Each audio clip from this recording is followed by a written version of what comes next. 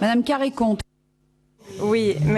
merci Madame la Présidente. Je crois qu'il y a un certain nombre d'amendements dans cet article additionnel à l'article 16 qui viennent sur cette question des jeunes. Je crois qu'on est nombreux à vouloir entendre Madame la Ministre. Donc peut-être que si vous me le permettez, je vais dire quelques mots sur les amendements à ce stade et comme ça Madame la Ministre pourra faire une réponse globale sur l'ensemble des choses qui sont qui sont proposées, parce que je crois que on a effectivement là un débat qui est rentré sur la question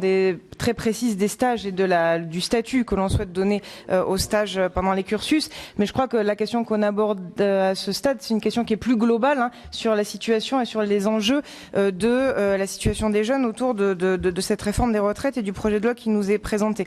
Et je crois que c'est intéressant qu'on puisse prendre quelques minutes pour en débattre, parce que depuis les débuts des discussions autour de ce projet de loi, il y a un certain nombre d'inquiétudes qui, à mon sens, sont des inquiétudes légitimes, qui se sont exprimées sur la situation des jeunes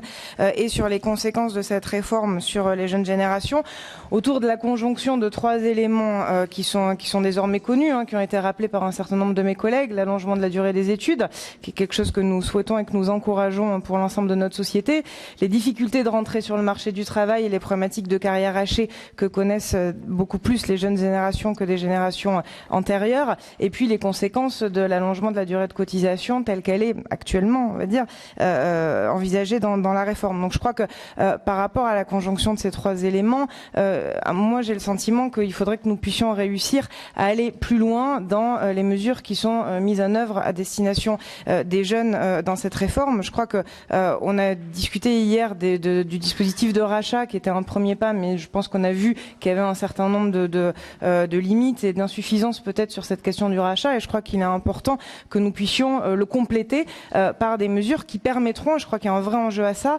que les jeunes puissent être dans une situation d'acquérir d'acquérir des droits à la retraite de manière plus précoce qu'ils ne le font actuellement, pour pouvoir répondre au terme de ces équations. Donc une fois qu'on a dit ça, la question qui est posée est la question du véhicule et de l'outil et de la manière dont on fait pour que ces droits puissent être acquis de manière plus précoce qu'aujourd'hui, parce que je crois que derrière, il y a aussi un enjeu sur la confiance que les jeunes générations vont porter au système de retraite par répartition. Donc il y a un débat qui est posé, il y a la question des stages. Moi je pense qu'effectivement la question des stages peut être un levier, une première manière de répondre à cette question de l'acquisition plus précoce de droits sociaux par rapport à la retraite. Mais je pense qu'il faut quand même faire attention à deux éléments sur les stages. D'une part, nous avons une politique cohérente sur cette question, qui est que nous ne défendons pas l'assimilation des stages à des sous-emplois. Donc je pense qu'il est vraiment important de garder cette ligne de conduite. Et par ailleurs, il faudra que nous regardions aussi le fait que tous les étudiants et tous les jeunes en formation ne font pas des stages de la même manière en fonction des filières.